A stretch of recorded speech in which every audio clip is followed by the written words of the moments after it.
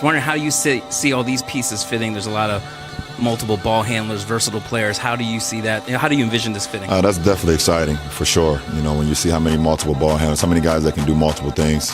How do you juggle off the court stuff and on the court stuff and keep it from becoming a distraction potentially? How long have you been following me?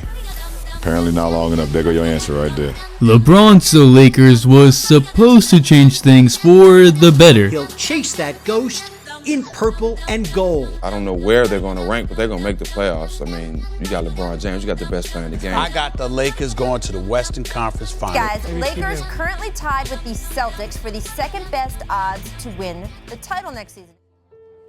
But this has made it a hellhole. That the young guys were so distressed, they lost by 42 points the other night. There's nobody showed up to play a game last night. I've never, in 16 years covering the NBA, I've never seen anything like this. It's fascinating, and it's not even about the trade. Ridiculous tear.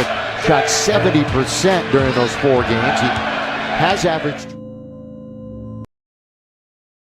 The Lakers messed up. What is up, dudes, dudettes, ballers, players? It's your boy MJ. The Lakers went all in for Anthony Davis, but they lost. And they may have lost more than just Anthony Davis. And the Pelicans just might have intentionally sabotaged the Lakers. They just lost by 42 with LeBron. They also had an amazing game yesterday, but I don't think that magically solved everything. Props to Rondo though, because that was really special. So let's talk about the overall picture. Now, wherever LeBron has gone, turmoil has followed. Part of that was LeBron's own doing by signing 1-year deals, forcing management to always be looking for trades to keep LeBron happy, so he will re-sign. And if the team wasn't playing well, the supporting cast was always blamed, and usually trades would follow, like when the Cavs legit traded their whole team. Wow. That affects the player's psyche because for one, you don't know if LeBron, your leader, would stay, and two, because you aren't sure about your own situation because everyone could be traded. So when LeBron signed a 4-year deal with the Lakers, I thought there would be more stability in the team and that the young players could depend on a leader in LeBron to be a pillar. I thought the Lakers might be able to get into the playoffs and with LeBron make some noise, but I didn't have too high expectations. And with the Lakers just barely being in the playoff race, which was what was expected in the beginning of the season, the media in the front office started to panic and shop around. That's already unsettling for players, but once Anthony Davis was officially on the market, the Lakers offered their whole team. The Pelicans let the Lakers on, but refused to give a counter, stringing the Lakers along and having themselves cause turmoil. More on that a little later. The Lakers ended up offering Lonzo Ball, Kyle Kuzma, Brandon Ingram, Josh Hart, and Zubac along with 2 first-round picks. They pretty much offered a starting 5 of young players with 2 first-round picks. They also threw in KCP, Rondo, Lance, and Beasley in different trade offers. Svi got traded and pretty much the whole Lakers team besides Tyson Chandler and JaVale McGee were on the trading block. While this is a business, there is a massive psychological impact of being on the trading block and not knowing what exactly is going on. Mike Conley spent sleepless nights not knowing his future with the Grizzlies and is regrouping right now. It's a burn on the player and creates distrust between management and players. It also leaves a bad taste in the young players who were sold of a vision of the Lakers alongside LeBron, only to know that they ain't safe, and with all that talk, it distracts players and creates rifts among teammates, like when Lance Stevenson didn't pick up Mo Wagner after their collision.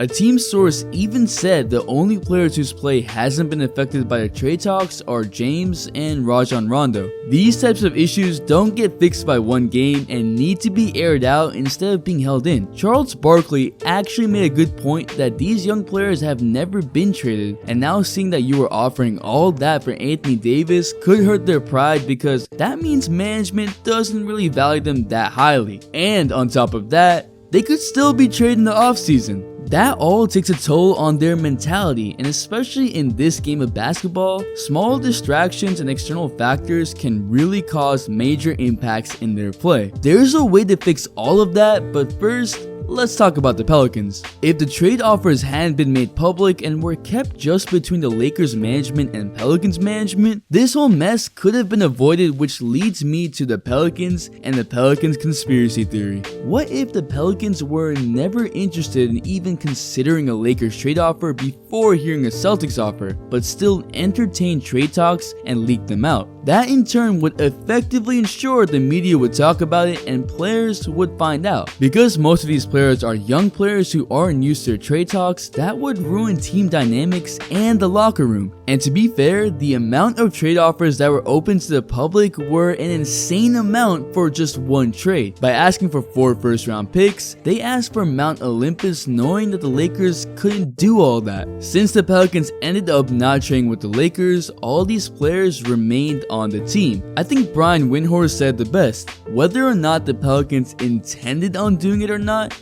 at the end of the day, it happened and the team chemistry was damaged. If the Pelicans did that on purpose, that's savage. Like, damn. Now, the Lakers won against the Celtics, and that makes it seem that it's all good within the Lakers and that hard times are finally past them. But winning makes everything look good on the surface. It doesn't mean that all their issues are gone, because they will pop up when they lose. Being LeBron's teammates come with a certain pressure because you are almost always going to be on the hot seat. LeBron's supporting cast gets blamed for a lot. The narrative went from the Lakers are gonna make the Western Conference Finals to it will be an accomplishment if LeBron can take this team to the playoffs.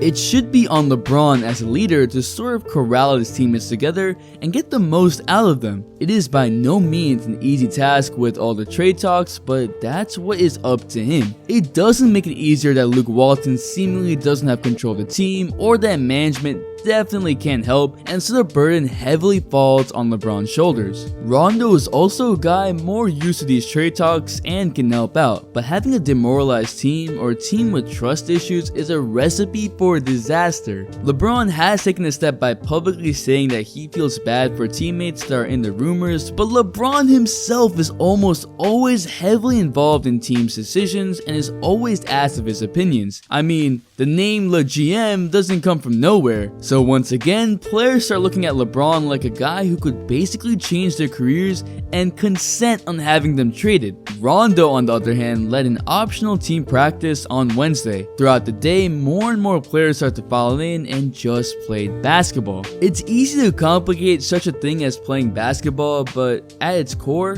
basketball is a sport that all these guys love, and that can help a team out a lot. Against the Celtics, they played with more freedom, and that's the impact of a mental mindset. You can play exponentially better with less external concerns. I have said that this Lakers team can play well and that they have pieces that are a weird fit, but more smart. This team is not bad. They aren't loaded with talent, but with great team chemistry, it allows the intangibles of LeBron, Rondo, and Lonzo to come out more, which can have this team playing with great ball movement and various options. This team can be a playoff team and should be, but only if they really push all that noise around them away. Veterans need to step up and really help young players feel more comfortable, because they are a huge part of this team, and with more stuff like what Rondo did, that very well could happen.